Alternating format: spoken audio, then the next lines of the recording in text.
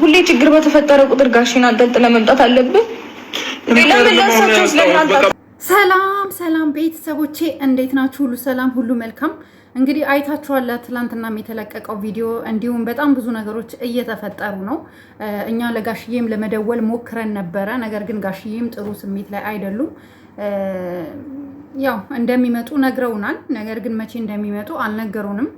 ከካሜራ ጀርባ ግን የአብርሽ አጎት የእናቱ ወንድም እንዳሉ መረጃ ደርሶኛል ማለት ነው። ሩታ በፍጹም አሁን እያደረገች ያለችውን ነገር ካላቆመች በግዳጅም ቢሆን ሌላ የሄርሜላ ቤተሰቦች ወደ ሕግ እንደሚሄዱ ነው። ምክንያቱም ልጃቸው በአደባባይ ቀለበት ተደርጎላት በአደባባይ ቀለበት እንድታወልቅ ተደርጋ በዚህ ልክ ቤተሰብ እንዲያፍር ቤተሰቦቿ እንዲሸማቀቁ ተደርጓል።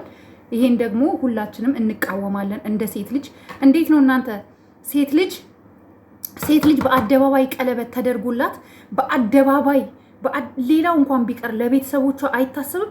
ሌላው እንኳን ቢቀር ለወንድሞቿ፣ ለአካባቢው ሰዎች ይሄ ባህላችን ነው? አይደለም። ዛሬ እውነቱን ከመናገር ወደኋላ አለም። የፈለጋችሁ ዛሬ ተቀየሙ፣ የፈለጋችሁትን አድርጉ።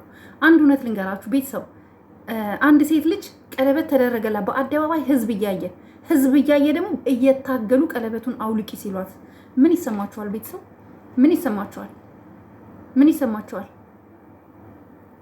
ጋሽዬም ደግሞ እንደደረሰኝ መረጃ ከሆነ ከሩታ ጋር እንዲሆን ነው የሚፈልጉት እንጂ ከሄርሜላ ጋር እንዲሆን አይፈልጉም። ለዛም ነው መተው ማስታረቅ ያልፈለጉት እንጂ ከዚህ በፊት ሲጣሉ ሁል ጊዜ እየመጡ በሚዲያ ነው፣ በድብቅ እንኳን አለን በሚዲያ እየመጡ ሲያስታርቁልን ነበረ። አሁን ግን ለምንድን ነው ለማስታረቅ እንደ በፊቱ ወደ ሚዲያ መምጣት ያልፈለጉት? ግን እኛ ስንደውል ግን ታመዋል፣ ትክክል አይደሉም ምናምን እየተባለን መረጃ ይሰጠናል። ኦኬ እሺ፣ ታመው ሊሆን ይችላል። ነገር ግን በዚህ ልክ ከሄርሜላ ጋር እንዲሆን አይፈልጉም። እንደደረሰኝ መረጃ ከሆነ ከሩታ ጋር እንዲሆን ነው የሚፈልጉት ጋሽዬ ማለት ነው። ቤተሰብ አንድ ነገር ልንገራችሁ፣ እቺ ሴት እኮ ነገ ትዳር ልትይዝ ትችላለች። ኦኬ፣ ነገ ትዳር ልትይዝ ትችላለች። ነገ ልታገባ ትችላለች። ገባችሁ?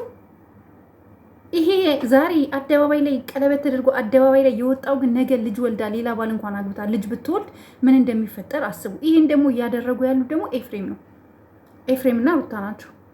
ኤፍሬም ሲቀጥል ትናንትና ወደ ሄርሜላ ቤት የሄደው ራቁቷን ቪዲዮ ቀርጾ እንደፈለገ ማስፈራሪያ አድርጎ ብዙ ነገር ከገንዘብ አልፎ ሴትነቷን ለመጠቀም የሚጣጣርበት ነገር ነው። ኤፍሬም ይሄን አያደርግም ብዬ አላስብም። አሁንም ቢሆን ሄርሜላ ትልቅ ድግስ ተደግሶልሻል። አንቺን የሚጥል ድግስ ተደግሶልሻል። ለዛ ነው ማንም በሌለበት ሰዓት ሰው አይኖርም ብሎ ቀጥ ብሎ ወደ ቤትሽ የመጣው። ወይ ቤት ቀይሪ ወይ ለህግ አካል አመልክቺ። እኛ እዚህ እንደ ቁራ ስንጮ እናንተ እሺ አትሉም። ሄርሜላ ሰው ሲነግርሽ አሰሚም እንጂ እኛ ቀድመን ተናግረናል። ቤትሽን ልቀቂ፣ ማንም ሲመጣ እንዳታስገቢ፣ ወይም ደግሞ የምትኖሪበት ኮንዶሚኒየም የሚሆን አፓርታማ ዘበኛ አለ። ታውቃላችሁ፣ አዲስ አበባ ላይ የማታውቁ ልንገራችሁ። ኮንዶሚኒየም ቤት ውስጥ ስትኖሩ ዘበኛ አለ፣ ትከፍላላችሁ። ጥበቃ አለ። ለምሳሌ ብሎክ 70 ወይ ብሎክ 51 ከሆነ የሚመጣው ያ ሰው ዘመዳችሁ ለዛ ቤት ውስጥ ለሚኖረው ብሎክ 60 ምናምን ውስጥ የሚኖረው ሰው ተደውሎ ይነገራል። ከሌ መጥቷል ይግባ ወይ ምናምን ተብሎ ነው እንጂ ማንም እንደፈለገ ማንኛውም ሰው አይገባም። የትኛውም ኮንዶሚኒየም፣ የትኛውም አፓርታማ ባይዘው፣ ስፔሻሊ ደግሞ አፓርታማ ሞር ደግሞ ከኮንዶሚኒየም በላይ በጣም ጥበቃ አለው። ስለዚህ ይሄ ሰው ከዚህ በፊት ቤቷ ይመጣ ስለነበረ በደህና ጊዜ ለዛ ነው ይመስለኛል ጥበቃዎቹ ያሳለፉት። አሁን ግን ይሄ ሰው ለደህንነቴ ማንም ሰው ካለኔ ፍቃድ ወደ እኔ ዶርም እንዳይመጣ ብላ ሪፖርት ማድረግ ትችላለች ሄርሜላ።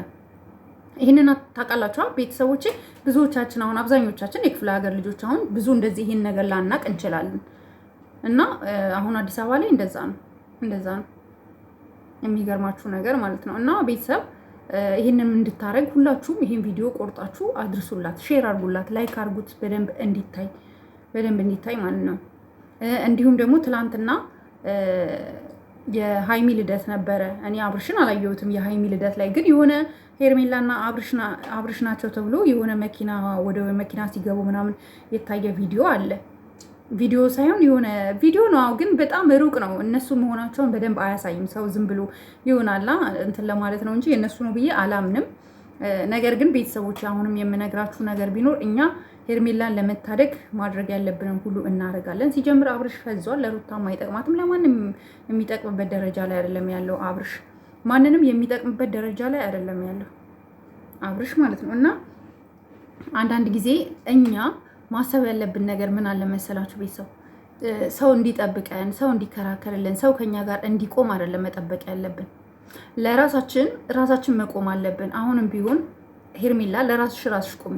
ማንም ቤትሽ እንዲመጣ አትፍቀጂ። ማንም የፈለገው ሰው ዘው እያለ እንዲመጣ አትፍቀጂ። ኤፍሬም ወይ ምግብሽ ውስጥ ወይ ውሃሽ ውስጥ የእንቅልፍ መድኃኒት ሰጥቶሽ ቪዲዮ ቀርጾሽ ሊወጣ ነው። ከዛ በዛ እያስፈራራሽ ሁለተኛ ማንም ሰው ጋር እሱ እንዳለሽ ሂጂ ስልሽ ትሄጃለሽ፣ ነይ ስልሽ ትመጫለሽ። ይሄንን አይነት ላይፍ ሊያኖርሽ እየፈለገ ስለሆነ ነው። ስለዚህ አሁንም ቢሆን ይሄንን እውነት ልትታገይና ራስሽን ነፃ ልታወጪ ይገባልሻለሁኝ። ቤተሰቦቼ እንዴት ናችሁ? ደህና ናችሁ? በጣም ነው የምወዳችሁ እና ቪዲዮን ላይክ አድርጉ፣ ሰብስክራይብ አድርጉ፣ ሼር አድርጉኝ። እወዳችኋለሁኝ። በቃ ሌላ ምንም ልላችሁ አልችልም። ሁላችሁም ግን ለሄርሜ ጥሩ የሆነ ኮመንት እንድጽፉላት እፈልጋለሁኝ። ስክሪፕት ይኸውላችሁ በጣም እጽፋለሁ። ባይዘው ላሳያችሁ እስኪ የምጽፈው ለምን ስክሪፕት ይዘሻል ብላችሁ እንዳታስቡ ነው። ይኸውላችሁ ጸሐፊ አይደለሁም ግን መጽሐፍ እወዳለሁ። ይሄ